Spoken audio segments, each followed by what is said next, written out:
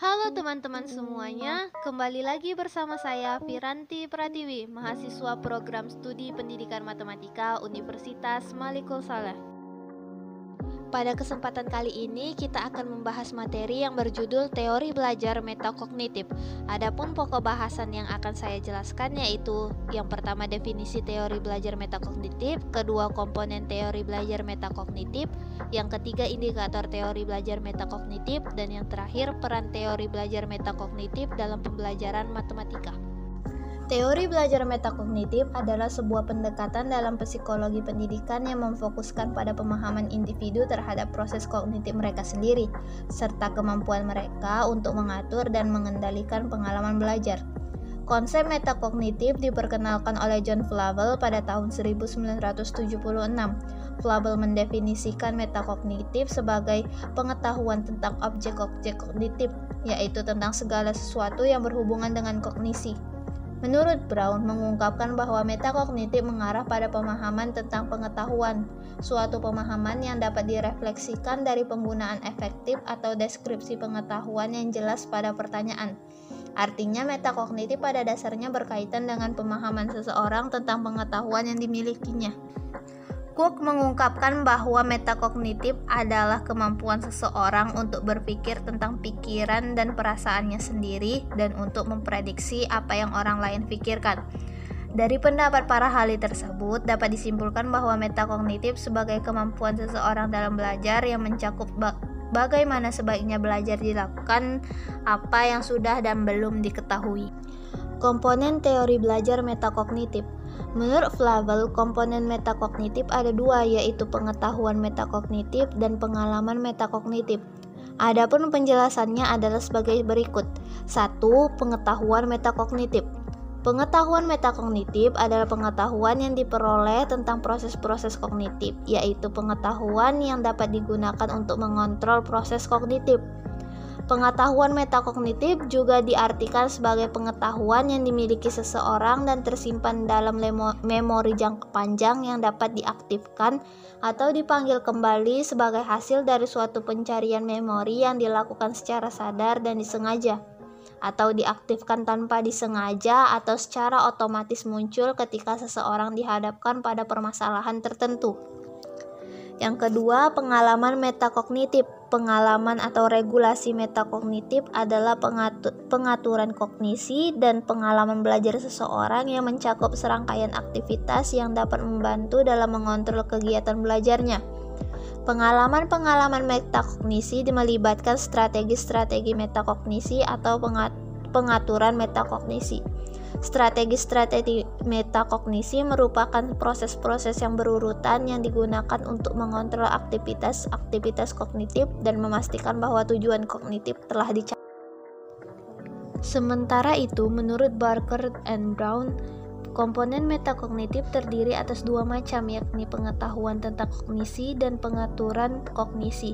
Yang pertama, pengetahuan tentang kognisi. Pengetahuan tentang kognisi meliputi pengetahuan seseorang tentang sumber daya kognisinya sendiri dan kesesuaian antara karakter pribadi seseorang pembelajar dengan situasi belajar. Yang kedua, pengaturan kognisi. Pengaturan kognisi atau yang sering disebut pengaturan diri merupakan mekanisme pengaturan diri yang digunakan oleh siswa yang aktif selama memecahkan masalah. Terdapat beberapa indikator yang dapat memperlihatkan atau mengindikasikan bahwa seseorang telah melakukan atau memiliki keterampilan metakognitif agar dapat diukur atau dinilai seberapa jauh kemampuannya.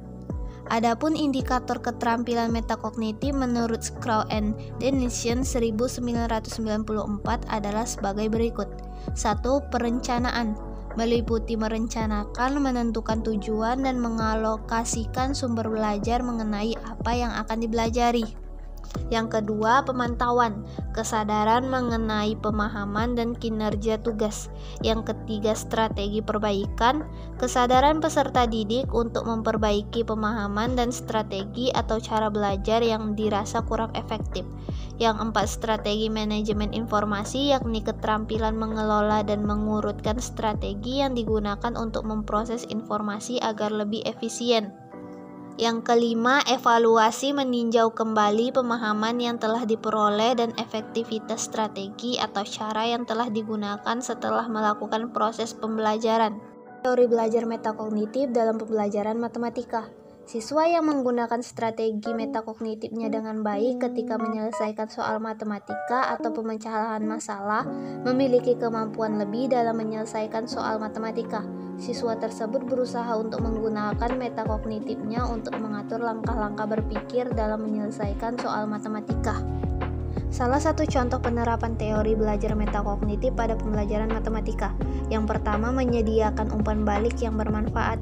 Misalnya, guru dapat memberikan umpan balik tentang kesalahan umum dalam pemecahan masalah matematika atau memberikan umpan balik yang spesifik tentang cara siswa dapat meningkatkan pemahaman mereka tentang konsep matematika tertentu. Yang kedua, mendorong siswa untuk menjadi pembelajar yang mandiri. Guru dapat membantu siswa mengembangkan kemampuan untuk memantau dan mengatur belajar mereka sendiri dan memberikan mereka kesempatan untuk memilih strategi belajar yang paling cocok untuk mereka. Yang ketiga, menumbuhkan sikap positif terhadap matematika. Metakognisi juga melibatkan sikap dan keyakinan siswa terhadap matematika. Oleh karena itu, penting untuk menumbuhkan sikap positif terhadap matematika dan memperkuat keyakinan siswa dalam kemampuan mereka untuk memahami dan menyelesaikan masalah matematika. Yang keempat, menyediakan strategi pembelajaran yang bervariasi. Hal ini akan membantu siswa memahami dan mempelajari matematika dengan lebih efektif. Dan yang terakhir, membantu siswa merencanakan dan mengatur waktu belajar. Guru dapat membantu siswa merencanakan dan mengatur waktu belajar mereka sendiri serta memberikan bimbingan dan dukungan dalam melaksanakan rencana belajar yang telah dibuat.